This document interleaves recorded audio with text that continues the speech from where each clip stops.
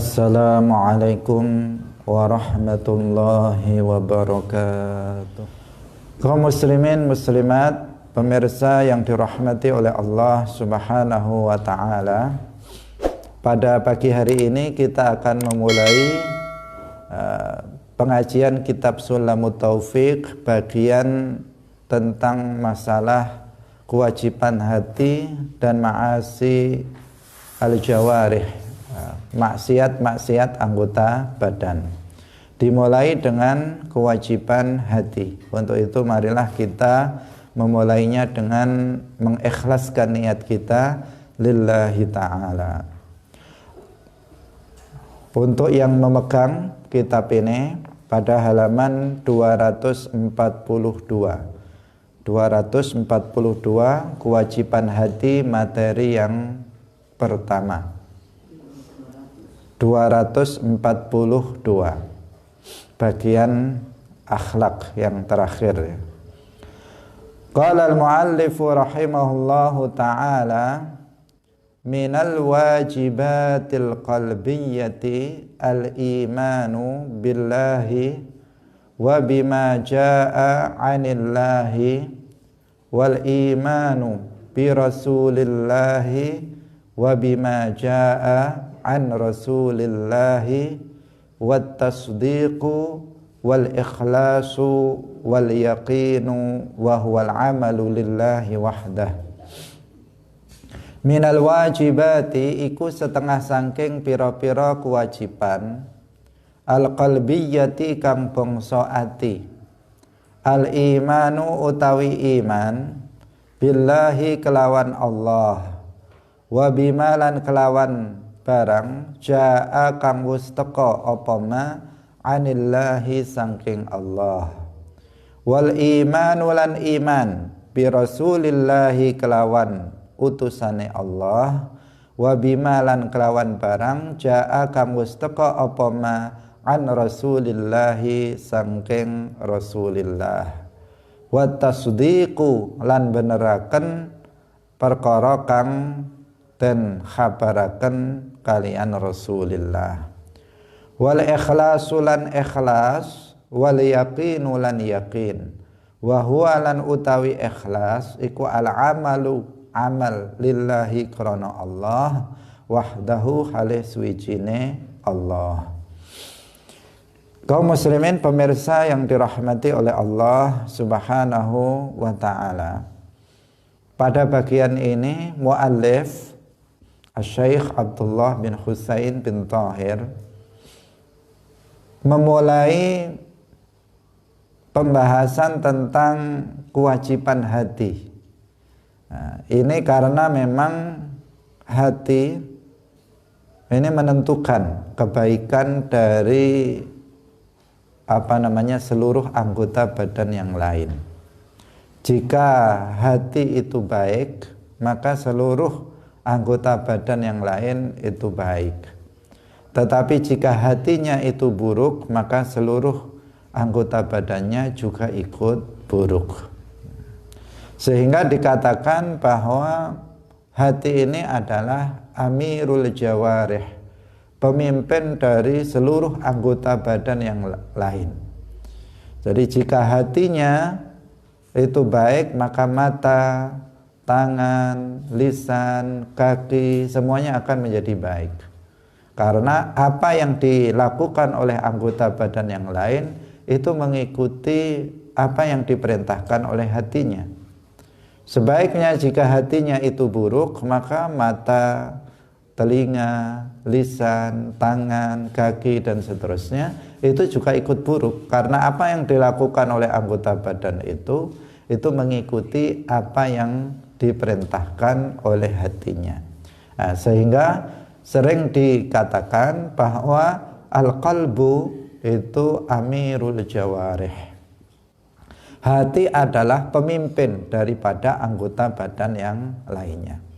Nah, untuk itulah maka mu'allif di sini mendahulukan tentang permasalahan hati, yaitu tentang kewajiban hati dan maksiat hati. Karena jika hatinya ini, kewajiban-kewajiban hatinya itu dilakukan, kemudian maksiat-maksiat hati ditinggalkan, maka akan menyebabkan anggota badan yang lainnya itu juga ikut menjadi baik. Kaum muslimin pemirsa yang dirahmati oleh Allah Subhanahu wa taala, kewajiban hati yang pertama adalah iman kepada Allah dan sesuatu yang datang darinya. Ini kewajiban yang paling utama bagi hati adalah iman kepada Allah dan Rasul-Nya.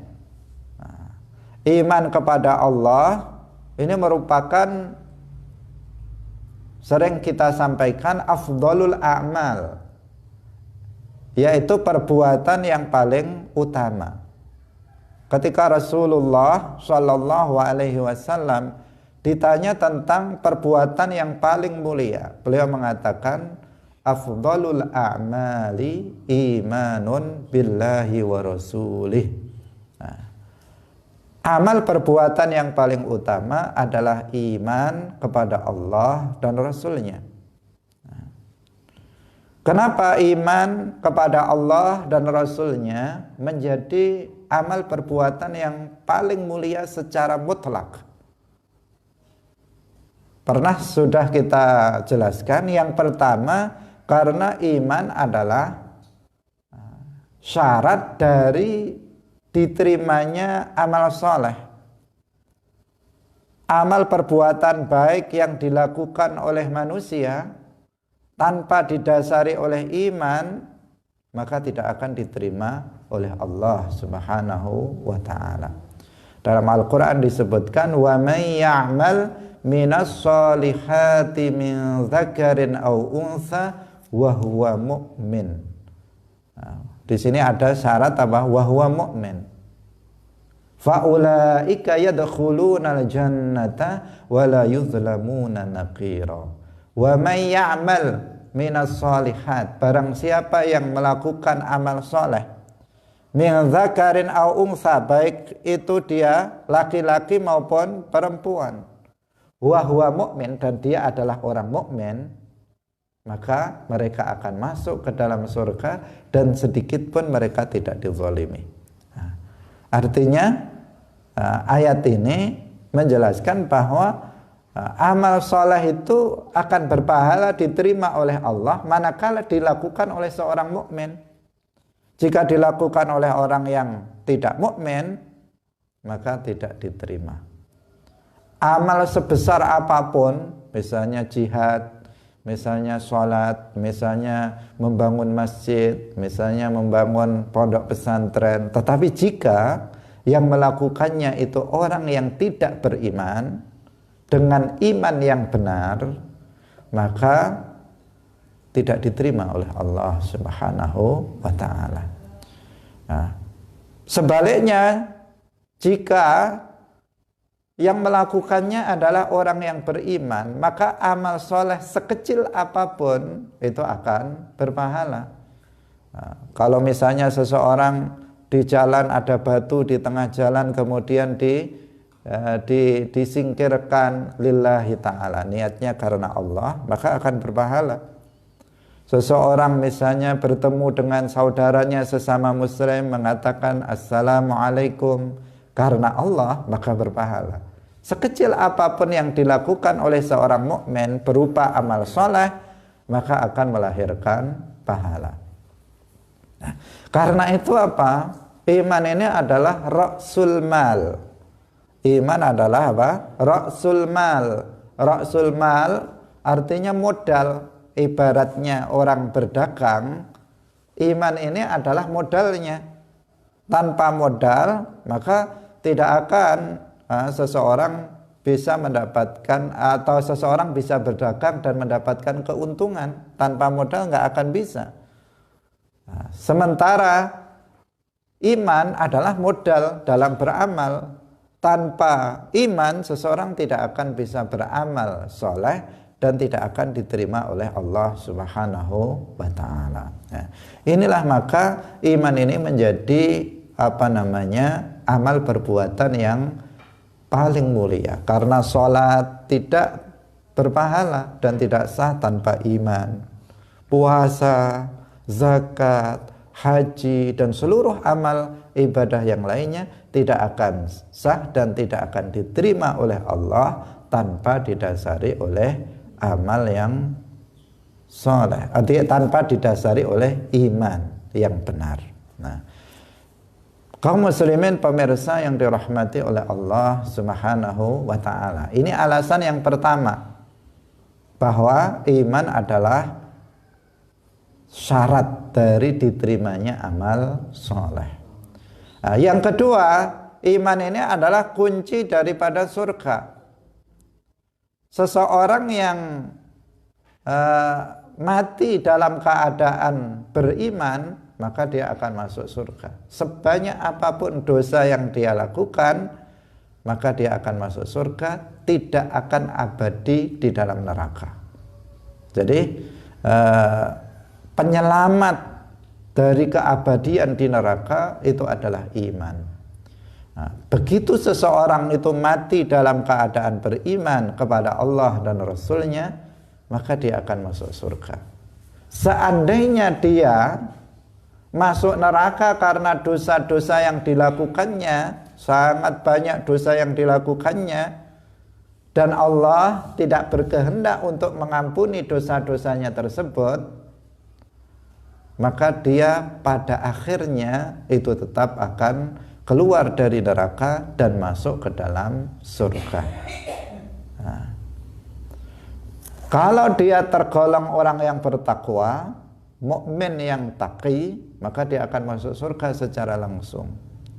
Tetapi jika dia adalah mukmin, orang yang beriman dengan iman yang benar, tetapi dia pelaku dosa besar ketika di dunia, maka jika Allah berkehendak mengampuninya, langsung diampuni, masuk surga secara langsung. Tetapi jika Allah tidak berkehendak mengampuninya, maka dia akan masuk ke dalam neraka. Tetapi pada akhirnya dia akan keluar dari neraka dan masuk ke dalam surga. Yakhruju minan nari man qala la ilaha illallah wa fi qalbihi waznu dzarratin min iman. Akan keluar dari neraka orang yang mengatakan la ilaha illallah ay wa Muhammadur Rasulullah, dan di dalam hatinya ada sebiji sawi dari keimanan. Kecil sekali ada keimanan dalam hatinya. Ketika mati ada keimanan dalam hatinya, maka dikatakan yakhruju minan nar, dia akan keluar dari neraka dan masuk ke dalam surga. Ini menunjukkan bahwa iman ini adalah sesuatu yang paling utama dan paling penting bagi manusia, harta yang tidak ternilai. Nah, sehingga iman ini diberikan kepada orang-orang yang dicintai oleh Allah. Orang yang diberikan keimanan yang benar itu pertanda bahwa Allah mencintainya, menghendaki kebaikan untuk dia. Mencintai artinya menghendaki kebaikan untuknya. Innallaha yu'ti al-mala liman yuhibbu wa liman la yuhibbu. Allah itu memberikan nikmat harta benda kepada orang yang Allah cintai dan kepada orang yang Allah tidak cintai, yang tidak Allah cintai. Jadi orang yang dicintai oleh Allah diberikan harta, orang yang tidak dicintai oleh Allah diberi harta, orang yang dicintai oleh Allah juga diberi harta, nikmat harta untuk semua. Wala yu'til imana illa liman yuhib. Dan Allah tidak memberikan nikmat iman kecuali kepada orang yang Allah cintai saja. Maka jika seseorang diberikan keimanan yang benar, menunjukkan bahwa Allah menghendaki kebaikan untuknya, karena dengan iman itu seseorang akan selamat dari keabadian di neraka jahanam. Kaum muslimin pemirsa yang dirahmati oleh Allah Subhanahu wa ta'ala, karena itu harta yang harus dijaga bagi manusia, yang tidak ternilai harganya saking tingginya adalah iman kepada Allah dan Rasulnya. Ini yang senantiasa harus dipegang kuat-kuat, jangan sampai lepas. Yang harus dijaga siang malam, setiap detik, setiap waktu, jangan sampai lepas.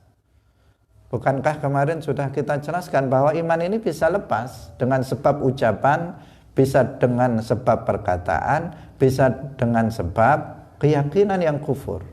Karena itu setiap detik kita harus menjaganya, karena disinilah keselamatan manusia. Pada apakah seseorang ketika mati dalam keadaan beriman atau tidak. Sehingga dikatakan orang yang diberikan nikmat iman itu seakan-akan sudah diberikan segala-galanya oleh Allah. Sebaliknya, orang yang diberikan nikmat harta tetapi tidak diberikan nikmat iman, itu seakan-akan tidak diberi apa-apa oleh Allah. Dia kaya raya, banyak harta bendanya, tapi dia tidak beriman. Maka seakan-akan dia nggak diberi apa-apa oleh Allah Subhanahu wa ta'ala. Karena apa? Dia akan celaka di akhirat. Dia akan diazab selama-lamanya di akhirat. Sedangkan dunia yang diberikan kepada dia itu hanya sedikit dibandingkan dengan kenikmatan akhirat. Dia mungkin kaya raya, berapa tahun dia bisa menikmatinya? Sementara akhirat itu selama-lamanya dia diazab selamanya di sana. Maka seakan-akan dia tidak diberi apa-apa oleh Allah Subhanahu wa ta'ala. Nah, sebaliknya ada orang miskin, serba kekurangan, sedikit harta benda yang dimilikinya. Tetapi Allah memberikan nikmat iman yang benar, iman yang benar kepadanya. Maka apa? Orang ini seakan-akan diberikan segala-galanya oleh Allah. Karena dia akan menderita mungkin dengan harta yang sedikit itu beberapa tahun, tetapi kemudian dia akan menjadi orang yang paling kaya, atau orang yang serba serba kaya, serba apa yang dia butuhkan serba ada nanti di dalam surga Allah Subhanahu wa ta'ala. Karena itu iman ini sekali lagi ini adalah harta yang paling berharga bagi manusia. Maka semoga Allah Subhanahu wa ta'ala menetapkan keimanan pada diri kita ila sampai kita meninggal dunia nanti. Amin ya rabbal alamin. Kaum muslimin pemirsa yang dirahmati oleh Allah. Tetapi keimanan ini, yang dimaksud dengan keimanan di sini yang menyelamatkan seseorang dari keabadian di neraka adalah keimanan yang benar. Bukan sekadar seseorang mengklaim saya beriman kepada Allah, tetapi beriman kepada Allah dengan iman yang benar sesuai dengan apa yang diajarkan oleh Rasulullah Shallallahu Alaihi Wasallam dan para sahabatnya. Iman berdasarkan akidah Ahlus Sunnati wal Jamaah, bukan iman yang didasarkan atas akidah yang rusak, atas pengetahuan kepada Allah yang tidak benar. Bukan yang seperti itu. Nah, karena itu penting bagi kita untuk mempelajari tentang iman yang benar ini. Karena iman, keyakinan tentang adanya Allah itu baru benar apabila didasari oleh ma'rifatullah, yaitu pengenalan kepada Allah dengan pengenalan yang benar. Jika pengenalan kepada Allah itu tidak benar, maka otomatis imannya tidak benar. Karena keyakinan, i'tiqad itu artinya adalah ridha terhadap apa yang diketahui. Jadi ridha terhadap apa yang diketahui. Nah, jika yang diketahui itu adalah keliru, maka berarti dia meridhoi sesuatu yang keliru. Apabila yang diketahui itu benar, maka dia ridha dengan sesuatu yang benar. Nah, iman kepada Allah artinya iman kepada Allah, keyakinan kepada Allah, i'tiqad kepada Allah yang benar itu apabila didasari oleh pengenalan, pengetahuan kepada Allah yang benar. Jika pengenalannya kepada Allah itu benar, kemudian dia ridha terhadap itu, maka dia telah beriktikad yang benar. Tetapi apabila pengetahuan seseorang, pengenalan seseorang kepada Allah itu salah, maka iktikad dia itu juga salah. Akidah dia itu menjadi salah. Nah, kita telah terangkan keimanan yang benar pada pertemuan sebelumnya dalam pembahasan tentang akidah. Nah, yaitu misalnya kita meyakini dengan keyakinan yang mantap, itu iman kepada Allah itu begitu. Nah, kita meyakini dengan keyakinan yang mantap tanpa ragu Allah itu ada dan disifati, bersifatan dengan sifat-sifat yang layak bagi Allah. Nah, bahwa Allah Subhanahu wa ta'ala adanya tidak seperti adanya makhluk. Allah adanya tidak seperti adanya sesuatu yang ada selainnya. Adanya Allah laisa kamitslihi syai'. Tidak ada sesuatu pun yang menyerupai Allah, baik dari satu segi maupun dari semua segi. Allah bukan benda, Allah bukan jisim, Allah bukan benda dan juga tidak disifati dengan sifat benda.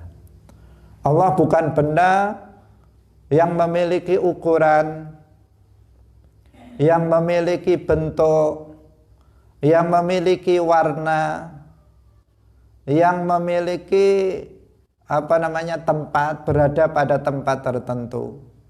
Nah, Allah tidak seperti itu. Kenapa? Karena semuanya itu adalah sifat-sifat makhluk, sedangkan Allah itu khaliq, tidak boleh disifati dengan sifat-sifat makhluk. Allah bukan benda yang bisa dipegang dengan tangan seperti meja, seperti manusia, seperti tembok. Allah bukan benda yang bisa dipegang dengan tangan. Allah juga bukan benda yang nggak bisa dipegang dengan tangan, seperti angin, seperti cahaya, kegelapan. Dia benda tapi nggak bisa dipegang dengan tangan. Allah nggak seperti itu juga. Allah bukan benda sama sekali, baik benda yang dipegang dengan tangan maupun benda yang tidak bisa dipegang dengan tangan. Allah sama sekali bukan benda. Bukan benda yang ini, juga bukan benda yang itu, tetapi sama sekali bukan benda. Dan tidak disifati dengan sifat benda. Sifat benda itu apa? Sifat benda itu tadi yang kita sebutkan, punya bentuk. Kita lihat semua benda yang ada di sini, semuanya punya bentuk. Ada yang bentuknya begini, ada yang begitu, dan seterusnya. Semuanya memiliki ukuran, ada yang besar, ada yang kecil, ada yang sedang, semua memiliki ukuran. Manusia ukurannya segini, berbeda-beda juga. Ukuran langit beda lagi, ukuran bumi beda lagi, ukuran kitab ini beda lagi. Kopiah ini juga punya ukuran, semuanya punya ukuran. Karena makhluk semuanya memiliki ukuran. Nah, semuanya itu berada pada tempat dan arah. Kita lihat, kita semuanya ini, semua makhluk berada pada tempat. Tempat adalah ruangan kosong yang dipenuhi oleh suatu benda. Nah, maka berarti apa? Yang bertempat itu mesti benda.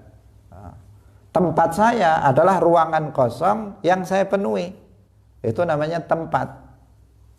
Nah, saya bertempat. Nah, kita semuanya yang jamaah ini bertempat. Ada yang di sana, ada yang di tengah, ada yang di pinggir, ada yang di pojok misalnya. Itu tempat. Bertempat. Langit benda, dia bertempat di atas.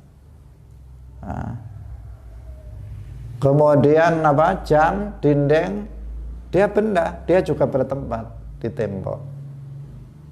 Mikrofon ini benda juga, dia bertempat di sini. Mana yang tidak bertempat? Semuanya pasti berada pada tempat tertentu. Bahkan benda yang tidak bisa dipegang dengan tangan pun bertempat. Misalnya cahaya ini, kita lihat cahaya di sini, tempatnya cahaya dalam ruangan ini. Tetapi di luar gelap. Berarti di sana bukan tempatnya cahaya lampu ini. Nah, kegelapan itu adalah benda, dia bertempat di luar. Kegelapan tidak ada di sini, artinya dia tidak bertempat di sini, dia bertempat di luar. Angin dari kipas angin ini, nah, yang di sana tidak terasa ada angin. Kenapa? Angin ini hanya bertempat di sini, tidak bertempat di sana. Nah, segala sesuatu selain Allah itu pasti bertempat. Karena itu dikatakan bahwa berada pada tempat adalah sifat makhluk. Allah bukan makhluk, Allah adalah khalik. Makhluk artinya ciptaan, sementara Allah khalik artinya pencipta. Maka Allah tidak disifati dengan sifat makhluk, tidak dikatakan Allah itu bertempat. Tidak boleh dikatakan Allah itu bertempat di atas arsy. Tidak boleh dikatakan Allah itu bertempat di atas langit. Tidak boleh dikatakan Allah itu bertempat di bumi. Tidak boleh dikatakan Allah itu bertempat di mana saja. Tidak boleh. Allah Subhanahu wa ta'ala tidak boleh disifati dengan sifat makhluk. Bertempat adalah sifat makhluk. Orang yang mengatakan Allah bertempat, maka berarti dia telah mensifati Allah dengan sifat makhluk, menyamakan Allah dengan makhluk. Maka nggak boleh. Ini yang pertama. Yang kedua, tempat itu adalah makhluk Allah, ciptaan Allah. Dan Allah ada sebelum terciptanya tempat-tempat itu. Arsy adalah ciptaan Allah. Sebelum arsy itu diciptakan, Allah ada tanpa arsy. Langit adalah makhluk Allah. Sebelum langit diciptakan, Allah ada tanpa langit. Bumi adalah makhluk Allah. Sebelum bumi diciptakan, Allah ada tanpa bumi. Semua tempat adalah makhluk Allah. Allah ada sebelum terciptanya tempat tanpa tempat. Kanallahu walam yakun syai'un ghairuh. Allah pada azal itu ada dan tidak ada sesuatu selainnya. Gak ada langit, gak ada bumi, gak ada arsy, gak ada tempat-tempat yang lain. Allah ada tanpa semuanya itu. Nah, setelah Allah menciptakan langit, Allah nggak berubah, Allah tetap ada tanpa langit, tanpa membutuhkan kepada langit. Setelah Allah menciptakan arsy, Allah nggak berubah, tetap ada tanpa arsy. Setelah Allah menciptakan bumi, setelah Allah menciptakan tempat-tempat yang lain, Allah nggak berubah, tetap ada tanpa tempat. Karena kalau berubah, itu namanya makhluk lagi. Karena bahkan taghayyur, at-taghayyur itu adalah akbaru alamatil hudus. Jadi berubah itu adalah tanda terbesar dari makhluk. Tadi kita katakan tanda-tanda makhluk itu banyak, seperti memiliki bentuk, memiliki ukuran, bertempat, berada pada arah. Itu apa? Tanda makhluk. Tetapi tanda makhluk yang paling besar adalah berubah. Karena makhluk itu diciptakan. Berarti pertama kali sifat makhluk yang muncul itu adalah berubah. Yaitu berubah dari tidak ada menjadi ada. Yang merubahnya adalah Allah. Dari tidak ada menjadi ada. Itu makhluk, tanda terbesar makhluk adalah berubah. Maka nggak boleh dikatakan Allah berubah. Sebelum terciptanya tempat, Allah dulu ada tanpa tempat. setelah menciptakan tempat kemudian berubah menjadi bertempat. Tidak bisa dikatakan seperti itu, karena jika dikatakan berubah maka berarti ada yang lain yang merubahnya, dan yang seperti itu makhluk bukan khaliq. Padahal Allah subhanahu wa ta'ala adalah al-khaliq, zat yang menciptakan makhluk. Nah, karena itulah maka Sayyiduna Ali bin Abi Thalib radhiyallahu anhu, menantu Rasulullah, khalifah yang keempat, a'lamus sahabah, sahabat yang paling luas ilmunya, misbahut tauhid, beliau dikenal dengan misbahut tauhid, lampunya tauhid, Sayyiduna Ali bin Abi Thalib radhiyallahu anhu. Beliau mengatakan, kanallahu wala makan wa huwal ana ala ma alaihi kan. Kanallahu wala makan, pada azal, artinya sebelum terciptanya makhluk, Allah itu ada tanpa tempat. Wa huwal an, dan dia sekarang setelah terciptanya langit, bumi, aras dan lainnya, wa huwal an ala ma alaihi kan, tetap seperti semula, ada tanpa tempat. Pada azal Allah ada tanpa tempat, setelah terciptanya tempat, langit, bumi, aras dan sebagainya, Allah tidak berubah, Allah tetap ada tanpa tempat. Kaum muslimin pemirsa yang dirahmati oleh Allah subhanahu wa ta'ala, karena itu keyakinan ahlus sunnah wal jamaah, Allah maujudun bila makan, Allah itu ada tanpa tempat. Keyakinan ini tidak boleh untuk dilepaskan. Ini apa? Inilah keimanan yang benar. Ini perlu kita kita perhatikan, karena sekarang ada kelompok-kelompok lain, kelompok menyimpang, yaitu kelompok Wahabi yang membawa paham tajsim dan tasybih. Tajsim itu artinya meyakini bahwa Allah itu berupa jisim. Kelompok ini meyakini bahwa Allah berupa jisim. Mereka meyakini Allah itu bertempat. Mereka mengatakan, terkadang mereka mengatakan Allah itu di atas langit. Terkadang mereka mengatakan Allah itu bersemayam di atas arsy. Padahal langit dan arsy itu sesuatu yang berbeda. Terkadang sebagian mereka mengatakan maksudnya di atas langit itu di atas arsy. Orang yang meyakini bahwa Allah itu bertempat, apakah bertempat di atas langit, atau bertempat di atas arsy, atau bertempat di bumi, maka dia telah menyerupakan Allah subhanahu wa ta'ala dengan makhluknya. Maka berarti dia telah meyakini Allah itu benda. Karena setiap yang berada pada tempat itu pasti benda, pasti berupa benda, berupa jisim. Kenapa? Karena sesuatu yang bertempat itu kemungkinannya cuma 3. Yang pertama, dia lebih kecil dari tempatnya. Yang kedua, sama dengan tempatnya. Yang ketiga, lebih besar dari tempatnya. Loh, berarti kan punya ukuran. Sesuatu yang bertempat, misalnya buku ini bertempat di atas meja, dia lebih kecil dari mejanya, dari tempatnya. Ada kalanya sama dengan tempatnya, misalnya ada kursi, kemudian saya duduk di kursi itu, sama persis dengan tempatnya. Ada orang yang kurus badannya, duduk di atas kursi, dia lebih kecil dari kursinya.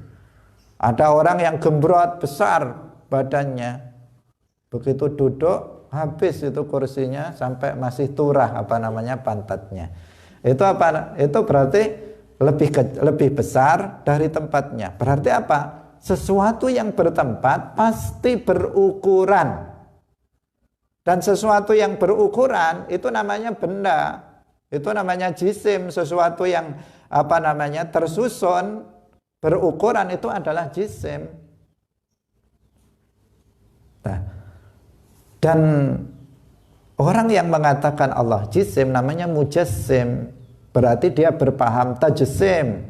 Orang yang mengatakan Allah bertempat berarti dia mujassimah, yaitu orang yang meyakini Allah itu jisim. Dan ini apa? Ini adalah keyakinan yang menyimpang. Keyakinan di sebelumnya, ketika kita menjelaskan tentang contoh keyakinan kufur, keyakinan riddah, di sana termasuk riddah adalah orang yang mensifati Allah dengan jisim. Kaum muslimin pemirsa yang dirahmati oleh Allah Subhanahu wa ta'ala, memang tidak bisa difikirkan, tidak bisa dibayangkan, dan tidak bisa dikhayalkan. Ini adalah untuk diimani, untuk diketahui dan diyakini, diiktikadi. Tidak untuk dibayangkan, dikhayalkan, karena memang tidak bisa. Akal kita itu tidak bisa menjangkau. Setiap sesuatu yang kita pikirkan hasilnya adalah benda. Setiap sesuatu yang kita khayalkan hasilnya adalah benda. Coba kalian berkhayal, pasti isinya adalah benda yang memiliki bentuk, memiliki ukuran, berada pada tempat. Mesti seperti itu. Nah, sementara Allah itu bukan benda, maka nggak bisa kita khayalkan. Sekuat apapun kita berkhayal, ketemunya tetap benda. Itulah apa? Pikiran dan khayalan kita. Sementara Allah itu bukan benda, karena itu Allah tidak terjangkau oleh pikiran dan khayalan manusia, bayangan manusia, gambaran manusia, tidak terjangkau oleh itu. Oleh karena itu dilarang manusia berpikir tentang Tuhan, berpikir tentang zat Allah, itu yang nggak boleh. Dalam hadis disebutkan la fikrata fir rabbi, tidak boleh berpikir tentang Tuhan, tidak boleh berpikir tentang Allah, tentang zat Allah, nggak boleh. Tidak boleh berpikir tentang zat Allah. Yang boleh itu berpikir tentang makhluk Allah. Ibnu Abbas, Abdullah Ibnu Abbas, beliau berkata, tafakkaru fi khalqillahi wa la tafakkaru fi dzatillahi. Berfikirlah kalian tentang makhluk Allah, janganlah kalian berfikir tentang zat Allah. Udah, yang penting Allah nggak serupa dengan makhluk. Makhluk berupa benda, Allah bukan benda. Makhluk bertempat, Allah tidak bertempat. Makhluk itu memiliki bentuk dan ukuran, Allah tidak memiliki bentuk dan ukuran. Makhluk itu berada pada arah, Allah tidak berada pada arah. Makhluk itu memiliki dimensi, Allah tidak memiliki dimensi. Makhluk memiliki anggota badan, Allah tidak beranggota badan. Udah selesai. Pokoknya Allah nggak serupa dengan makhluk. Nah, itu sudah selesai, tidak usah difikirkan. Tidak usah difikirkan, tidak bisa dikhayalkan, karena la ya'lamu haqiqatallah illallah. Ini kaidah yang penting bagi kita agar kita tidak terjerumus dalam memikirkan dan menghayalkan, membayangkan Allah, yaitu la ya'lam haqiqatallah illallah. Tidak ada yang mengetahui hakikat Allah kecuali hanya Allah saja. Nah, kalau sudah hanya Allah yang tahu, ya jangan berpikir tentang zat Allah. Yang penting batas pengetahuan kita apa? Batas ma'rifat kita adalah meyakini Allah itu ada, tidak serupa dengan makhluk, ada tanpa tempat. Nah, Al-Imam Al-Kabir Ahmad Ar-Rifai, pendiri Thariqah Rifa'iyah, seorang sultanul aulia setelah Syekh Abdul Qadir Al-Jilani, seorang wali yang luar biasa, luar biasa, karomahnya sangat banyak. Di antara karomah terbesar yang tidak dimiliki oleh wali-wali yang lain, Syekh Ahmad Ar-Rifai suatu ketika di musim haji, beliau berziarah ke makam Rasulullah, kakeknya, karena beliau keturunan Rasulullah. Ketika itu apa? Beliau mendapatkan karomah, tangan mulia Rasulullah itu keluar dari kuburnya, kemudian dicium oleh Sayyidina Ahmad Ar-Rifai, disaksikan oleh ribuan orang yang karena waktu itu sedang musim haji, dilihat oleh ribuan orang. Tangan mulia Rasulullah keluar dari makam, kemudian dicium oleh siapa? Sayyidina Ahmad Ar-Rifai. Beliau Sultanul Aulia, seorang wali besar, pendiri Thariqah Rifaiyah. Apa yang beliau katakan tentang masalah ini? Beliau mengatakan, ghayatul ma'rifati billah al-iqanu biwujudihi ta'ala bila kaifin wala makan. Puncak makrifat seseorang, puncak itu nggak ada atasnya lagi. Puncak itu apa? Nggak ada atasnya lagi. Inilah makrifatnya para nabi, inilah makrifatnya para wali, inilah makrifatnya para malaikat, inilah makrifatnya umat Islam seluruhnya, yaitu ketika seseorang meyakini tanpa ragu bahwa Allah itu ada, bila kaifin, tanpa disifati dengan sifat benda, sifat makhluk, wala makan, dan ada tanpa tempat. Ini sudah puncak, nggak usah dipikir-pikir lagi, sudah sampai di situ. Nah, jadi keselamatan itu Sayyiduna Abu Bakar radhiyallahu anhu, afdalu awliya'il bashar, wali yang termulia dari kalangan manusia. Sahabat Abu Bakar radhiyallahu anhu mengatakan, al-ajzu an darakil idraki idraku wal bahthu an dhatihi kufrun wa isyraku.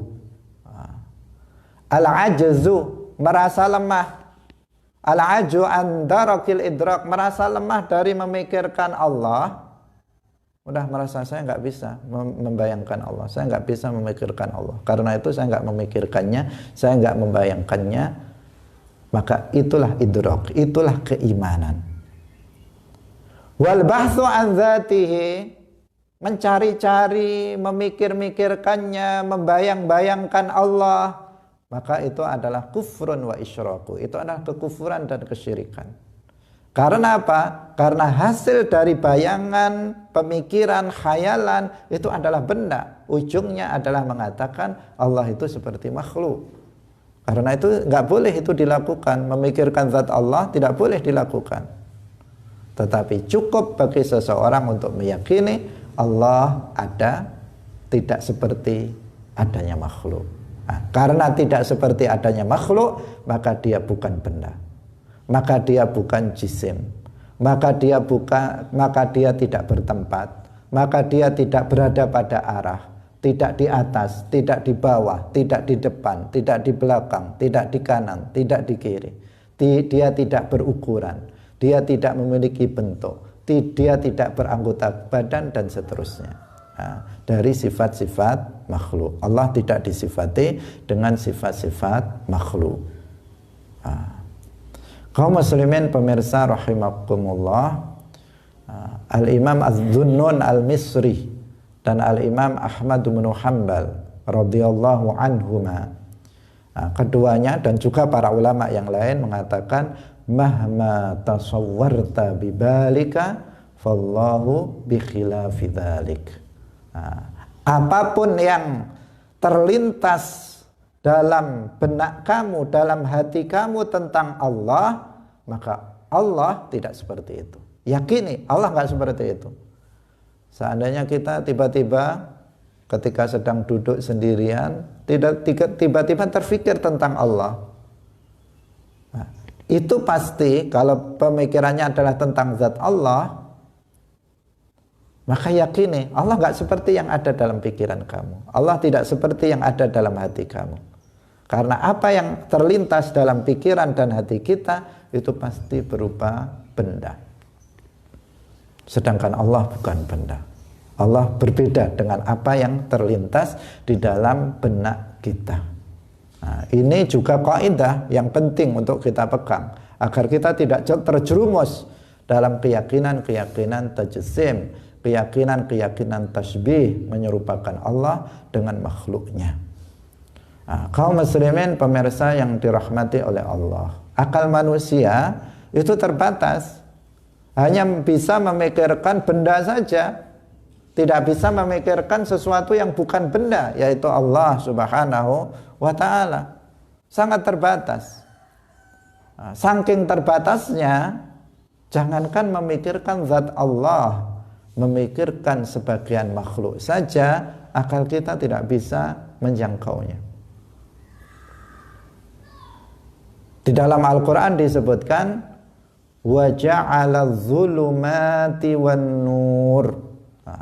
Dan Allah telah menciptakan kegelapan dan cahaya. Nah, kegelapan dan cahaya diciptakan oleh Allah. Artinya apa? Artinya dulu itu pernah ada suatu keadaan tidak ada gelap dan juga tidak ada terang. Karena gelap belum diciptakan dan terang belum diciptakan. Nah, karena makhluk yang pertama diciptakan oleh Allah itu bukan gelap dan terang. Makhluk yang pertama diciptakan adalah al-ma, kemudian al-arash dan seterusnya. Nah, dulu berarti ada suatu keadaan itu belum diciptakan gelap dan juga belum diciptakan terang. Terang belum diciptakan, gelap belum diciptakan. Sekarang coba dibayangkan suatu kondisi tidak ada gelap dan juga tidak ada terang. Seperti apa kondisinya? Bisa nggak kamu membayangkannya? Nggak bisa. Gimana nggak gelap, nggak terang? Remang-remang. Remang-remang itu campur, ada gelapnya, ada terangnya. Remang-remang itu apa, gabungan dari gelap dan terang. Ini nggak ada gelapnya sama sekali, nggak ada terangnya sama sekali. Coba dikhayalkan, dibayangkan. Nggak bisa kita membayangkannya. Nggak bisa kita memikirkannya. Suatu kondisi tidak ada gelap dan tidak ada terang. Karena apa yang kita lihat sekarang, kalau nggak malam siang, kalau nggak terang gelap, itu yang kita lihat. Tetapi wajib kita yakini dahulu, karena disebutkan dalam Al-Quran, dahulu itu ada suatu kondisi tidak ada gelap dan tidak ada terang karena keduanya belum diciptakan oleh Allah Subhanahu wa ta'ala. Itu makhluk, tetapi kita nggak bisa membayangkan. Bagaimana dengan zat Allah yang bukan benda? Kita tidak bisa membayangkannya, kita tidak bisa memikirkannya. Yang kita pelajari dalam bab akidah itu tidak membahas tentang zat Allah, tidak memikirkan zat Allah, tetapi memikirkan makhluk untuk mengenal Allah. Berpikir tentang makhluk untuk mengenal Allah, itulah yang dipelajari dalam ilmu kalam. Misalnya kita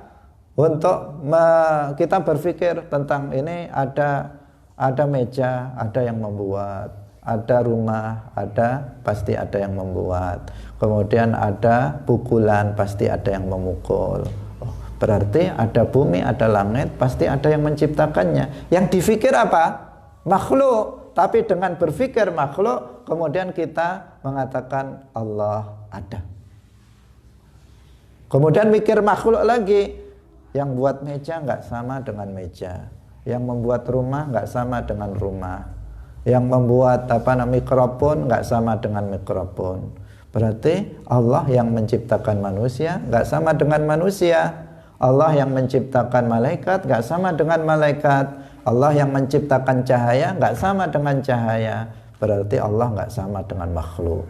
Nah, ini apa? Berpikir tentang makhluk. Tetapi dengan berpikir tentang makhluk, seseorang mengenal Tuhannya, mengenal Allah, bahwa Allah nggak serupa dengan makhluknya. Sehingga ada disebutkan dalam riwayat, man arafa nafsahu faqad arafa rabbahu. Sebagian ada yang salah menafsirkan. Karena bodohnya ketika diterjemahkan man arafa nafsahu faqad arafa rabbahu, diterjemahkan secara harfiah, dia mengatakan barang siapa yang mengetahui dirinya maka dia mengetahui Tuhannya. Oh, berarti dirinya itu Tuhan. Dia meyakini seperti itu. Ini karena dangkalnya pemahaman. Padahal apa? Padahal maknanya tidak seperti itu. Barang siapa yang mengetahui dirinya bahwa dirinya itu makhluk, maka Allah bukan makhluk. Dirinya itu lemah, maka Allah tidak lemah. Allah kuasa. Dia mengetahui bahwa dirinya itu berupa bentuk, berupa jisim, berupa benda, maka Allah bukan benda, bukan jisim, tidak berupa bentuk dan ukuran. Orang yang tahu tentang makhluk, maka dia akan mengenal Allah, bahwa Allah itu tidak serupa dengan dirinya, tidak serupa dengan makhluk. Itu maknanya. Bukan berarti kemudian ada orang yang mengartikan dengan salah, kemudian dia mengaku bahwa Allah itu menyatu dengan dirinya. Ini adalah keyakinan yang batil. Kaum muslimin pemirsa yang dirahmati oleh Allah Subhanahu wa ta'ala.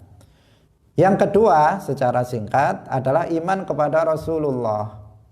Artinya meyakini dengan mantap tanpa ragu bahwa Muhammad bin Abdullah Al-Qurashi yang berasal dari suku Quraisy adalah hamba dan utusan Allah.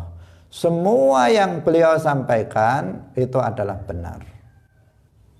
Shadiqun fi jami'i ma akhbaru bihi. Beliau itu jujur, senantiasa benar dengan apa yang beliau sampaikan kepada umatnya.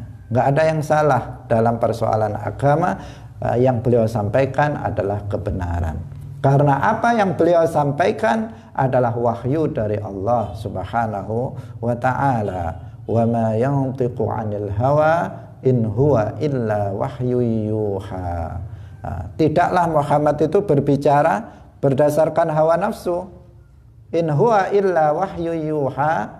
Tidaklah ada perkataan Muhammad itu kecuali wahyu yang telah diwahyukan kepada beliau. Maka wajib bagi kita untuk membenarkan semua yang disampaikan oleh Rasulullah Sallallahu Alaihi Wasallam.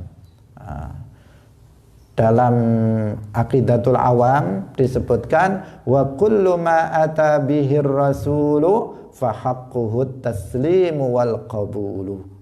Setiap yang dibawa oleh Nabi, kewajiban kita adalah menerimanya, bahwa itu benar.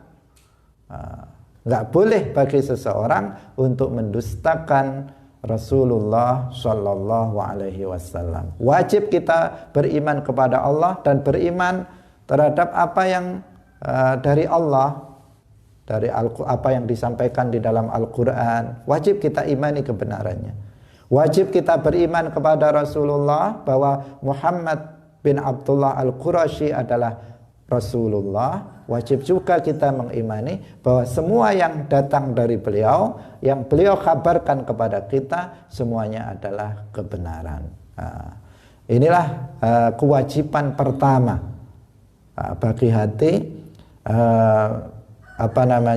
yang tidak boleh tidak, harus ada, harus dilakukan oleh hati manusia, yaitu iman. Sampai di sini insyaallah tentang masalah ikhlas, kewajiban yang kedua yaitu ikhlas akan kita jelaskan besok. Barakallahu fikum wallahul muwaffiq ila aqwamit thoriq. Wassalamualaikum warahmatullahi wabarakatuh.